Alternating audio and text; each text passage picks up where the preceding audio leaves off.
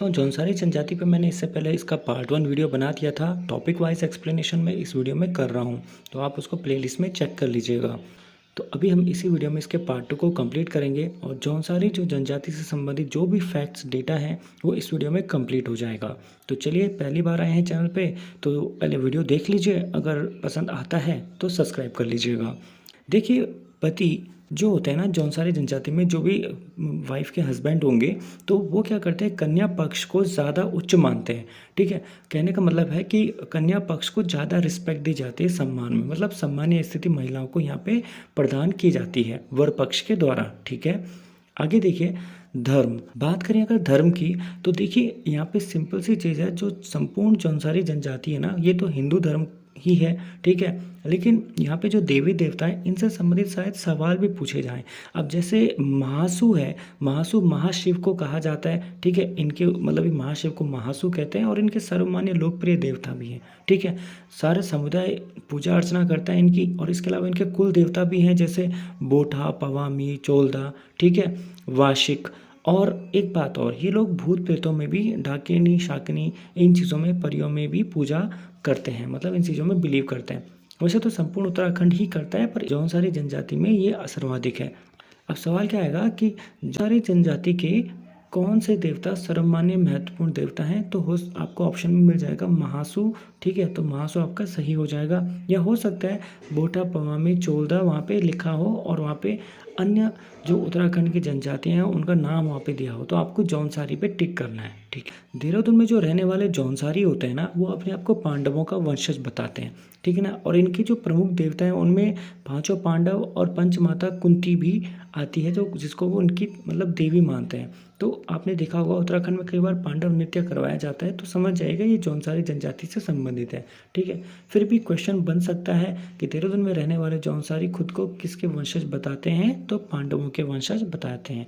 या ये भी सवाल आ सकता है कि पांडवों के वंशज उत्तराखंड में कौन सी जनजाति के लोग हैं, तो जौनसारी के हैं। ठीक है, अगला मोस्ट इम्पॉर्टेंट सवाल, इन जौनसारी जनजाति का जो प्रमुख तीर्थ स्थल है वो कौन सा है, तो हनौला है, इसको याद रखिएगा। इसके अलावा लाका मंडल, थैना और कालसी में भी इनके प्रसिद्ध मंदिर हैं। ठीक है, जौनसारी जनजाति के जो सांस्कृतिक गतिविधियां हैं वो क्या क्या हैं। ठीक है दोस्तों, मेरी आवाज़ थोड़ा अलग लग रही होगी आपको, क्योंकि हेल्थ इशू चल रहा है, इस वजह से आवाज़ थोड़ा क्लियर नहीं है। फिर भी कोशिश करूँगा कि अच्छे से ही आपको मैं डिलीवर कर पाऊँ। ठीक है, देखिए, सांस्कृतिक गतिविधियों की अगर बात करते हैं, बिस्सु वैशाखी हो गया, पंचाई दशहरा, दियाई दीपावली, माघ त्योहार, नुड़ाई, जागड़ा आदि, ये इनके कुछ विशिष्ट त्योहार, उत्सव, मेले हैं। ठीक है, अब इनमें क्या क्या चीज़ें जो मुख्य हैं उसमें मैंने कुछ यहाँ पे बताए हुए हैं। जैसे देखिए, दीपावली इनका विशेष पर्व है, जिसे राष्ट्रीय दीपावली के ठीक 1 माह बाद मनाते हैं। ठीक है, इस अवसर पर वे दीपक के बजाय अपने आंगन में भीमल की लकड़ी का हौला जलाते हैं और पांडव एवं महासु के गीत गाते हैं। इस हौला को किसी खेत में ले जाकर भैलो भी खेलते हैं। ठीक है, भैला तो आपको पता ही होगा। ठीक है, दूसरे दिन भिरुंडी को इनके पुरुष पत्तेबाजी करते हैं। जब याद रखिएगा, भिरुंडी ये इंपॉर्टेंट हो जाता है यहाँ पे, 1 माह बाद जब जौनसारी जनजाति भैला खेलते हैं, ऐसा करके याद रखिएगा, या हौला जलाते हैं, तो उसके अगले दिन को भिरुंडी कहते हैं। ठीक है ना, जिस दिन पुरुष क्या करते हैं, पत्तेबाजी करते हैं। पंचाई या दशहरा को यहाँ की भाषा में पांड्या का त्योहार कहते हैं। पांडव अधीन शक्ति षष्ठी या सप्तमी तिथि को होती है, उसी दिन कहीं कहीं मेला भी लगता है।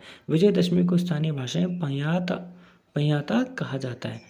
ठीक है, अब यहाँ पे सिंपली जो मेन क्वेश्चन बन सकता है वो यही है कि विजयदशमी को स्थानीय भाषा में क्या कहा जाता है जौनसारी जनजाति के अंतर्गत, तो पयाता कहा जाता है।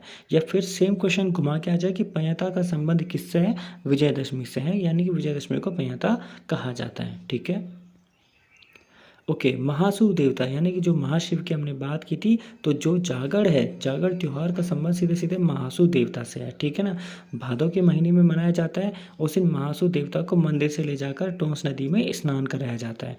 ठीक है, सिंपल सा है क्वेश्चन कि जागड़ त्योहार का संबंध कौन से देवता से है, महासु से। या जागड़ त्योहार कौन सी जनजाति के लोग मनाते हैं, तो जौनसारी। ठीक है, ऐसे याद रखिएगा। अच्छा, आपसे एक सवाल यहाँ पे, जो भादो महीना कहा गया है, तो अंग्रेजी महीनों में कौन सा महीना होता है जैसे जनवरी, फरवरी, मार्च, अप्रैल, तो उनमें से कौन सा महीना होता है भादो। और आपको अगर अन्य ऐसे ही भादो, असोज, कार्तिक इनके नाम पता है तो कमेंट करके ज़रूर बताइएगा, क्योंकि वो सभी के लिए क्लियर हो जाएंगे, वरना मैं इन पर डेडिकेटेड वीडियो बना दूंगा। थोड़ा बहुत मुझे पता है, जैसे मौ को हम जनवरी को कहते हैं, पोष दिसंबर को कहते हैं, ठीक है ना। बाकी आप लोग भी कमेंट करके बताइएगा, ठीक है। चलिए, माघ त्यौहार। माघ त्यौहार 11 या 12 जनवरी से प्रारंभ होकर पूरे माघ भर चलता है।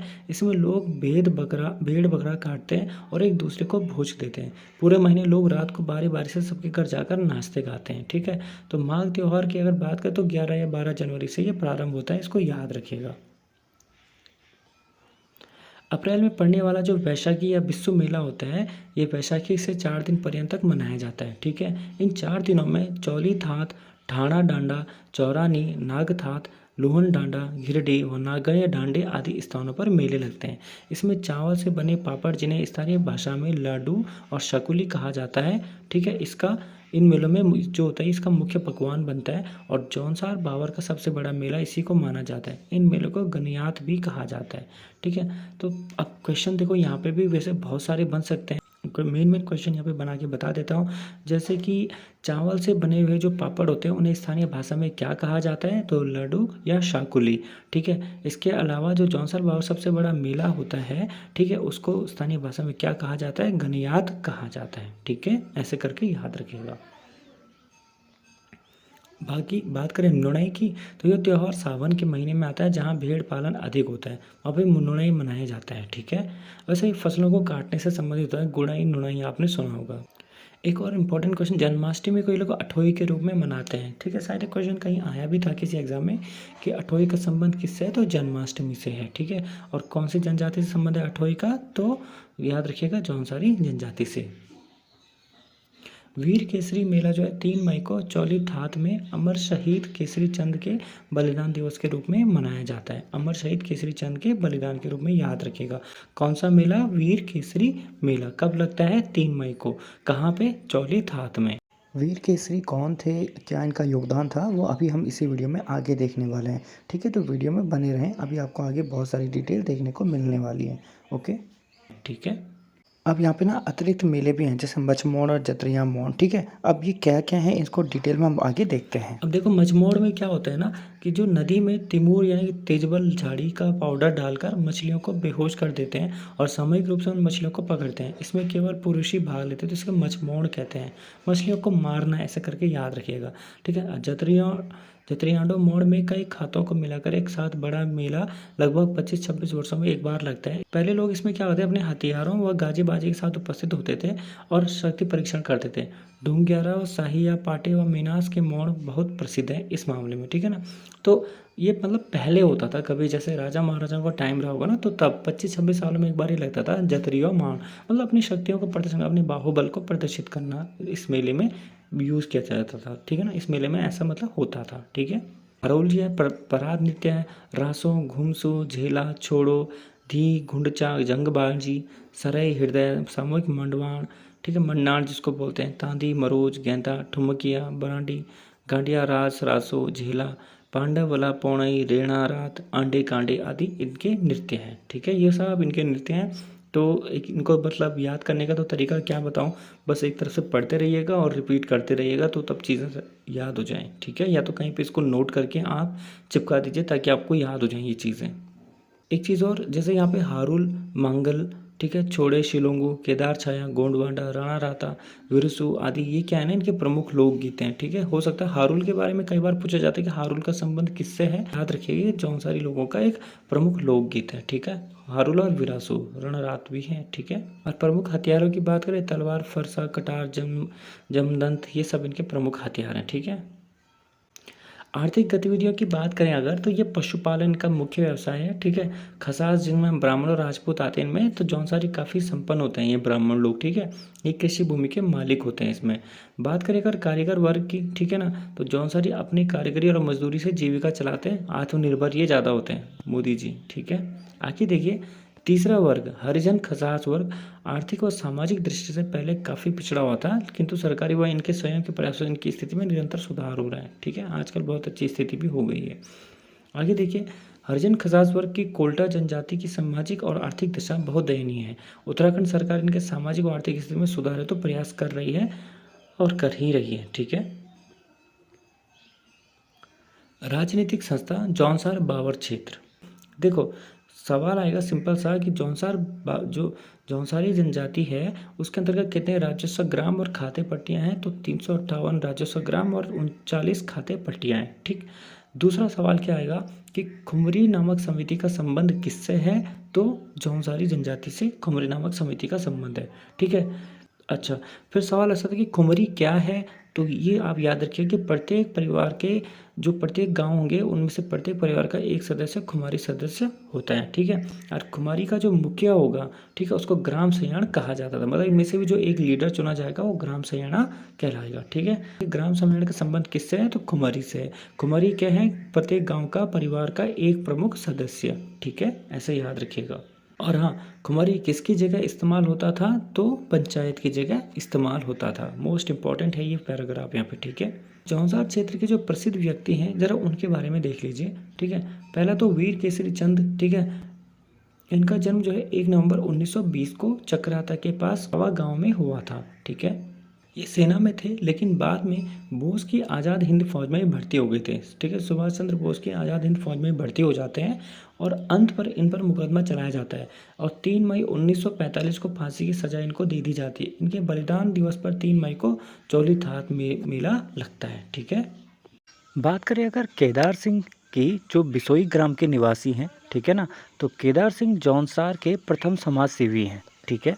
जौनसार बावर में समाज एवं जन जागृति का अग्रदूत माना जाता है। तो सवाल आ सकता है कि जौनसार बावर में समाज सेवा का अग्रदूत किसको माना जाता है, तो केदार सिंह बोला जाता है, याद रखिएगा। आगे देखिए पंडित शिवराम। ठीक है। ये जौनसार के प्रथम कवि हैं, इनको कहा जाता है और प्रसिद्ध रचना इनकी वीर केसरी ही है। ठीक है। अभी हमने वीर केसरी के बारे में ऊपर देखा है। ठीक है। बाबा सिंह चौहान, अब ये क्या ना, इलाहाबाद विश्वविद्यालय में इन्होंने जो मतलब मसूरी और इलाहाबाद विश्वविद्यालय है यहाँ पे शिक्षा प्राप्त की थी और अंतर्राष्ट्रीय खेल जगत में विशिष्ट उपलब्धि इन्होंने हासिल करके जौनसार बाबर का नाम रोशन किया था। फादर ऑफ जौनसार बाबर सम्मान से इनको सम्मानित किया था और ये प्रथम व्यक्ति हैं। इसलिए इंपॉर्टेंट हो जाता है कि क्वेश्चन बस यही है कि फादर ऑफ जौनसार बाबर सम्मान से सम्मानित होने वाले व्यक्ति कौन है, तो याद रखिएगा बाबा सिंह चौहान। ठीक है। बात करें गुलाब सिंह, तो इनका जन्म भावर क्षेत्र में ही हुआ था। ठीक है। भावर क्षेत्र में वृनाड ग्राम में इनका जन्म होता। राजनीति के क्षेत्र में अजय रहने वाले श्री गुलाब सिंह उत्तर प्रदेश सरकार के मंत्री रह चुके हैं। ठीक है ना। और इन्हें जौनसार में राजनीतिक जागरूकता का जनक माना जाता है। तो बस सेम सवाल कि राजनीतिक जागरूकता का जनक किसको माना जाता है, श्री गुलाब सिंह को, जिनका संबंध किससे है, जौनसारी जनजाति से। ठीक है। रतन सिंह जौनसारी। ठीक है। बस इनको इतना याद रखना कि ये आधुनिक कवि हैं जौनसार के। ठीक है ना। बस ऐसे याद रखिए। क्वेश्चन क्या आएगा कि जौनसारी क्षेत्र के आधुनिक कवि किसको कहा जाता है, तो रतन सिंह जौनसारी को। ठीक है। देविका चौहान। ठीक है। समाज सेवा से जुड़ी देविका चौहान ने महिला उत्थान में उल्लेखनीय कार्य किया है। बस इनके बारे में ज़्यादा जानकारी तो वैसे नहीं है। ठीक है। नंदलाल भारती जौनसार के संगीतज्ञ। जनक नंदलाल भारती जौनसार रत्न से सम्मानित है। ठीक है। इनका जौनसारी संगीत एवं संस्कृति के विकास में बहुत बड़ा योगदान है। इम्पोर्टेंट क्या है, जौनसार रत्न से सम्मानित कौन है, जनक नंदलाल भारती। बस इतना याद रखिएगा। ठीक है। तो दोस्तों ये थे जौनसारी जनजाति से संबंधित मुख्य महत्वपूर्ण तथ्य। ठीक है। जिसको मैंने 2 पार्ट में पूरी 2 वीडियो में इसको कवर कर दिया है। अगर पसंद आए तो यार कमेंट करके ज़रूर बताना, मतलब कि ठीक है नहीं है जैसा भी है। और देन हम आगे अभी अगले ट्राइबल वीडियो पे, मतलब अगला जो होगा ट्राइबल टॉपिक, हम उस पर वीडियो बनाएंगे। चलिए मिलते हैं नेक्स्ट वीडियो में। धन्यवाद।